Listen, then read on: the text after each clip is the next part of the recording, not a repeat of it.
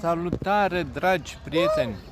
Sâmbătă, ieri a plouat la greu în București și în toată țara. Of, Doamne, ce se întâmplă?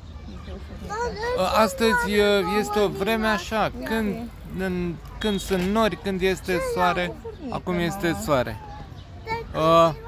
Am o veste mare, importantă de făcut și anume am început să stau din ce în ce mai mult în picioare și să fac sport. Cred că azi am stat 20 de minute în total, în două reprize, 20 de minute. Eu n-am stat 10 minute în continuu în picioare de ani buni de zile, da? Deci sunt extrem de încântat, da? Sunt foarte, foarte, foarte bucuros. Mă simt din ce în ce mai bine.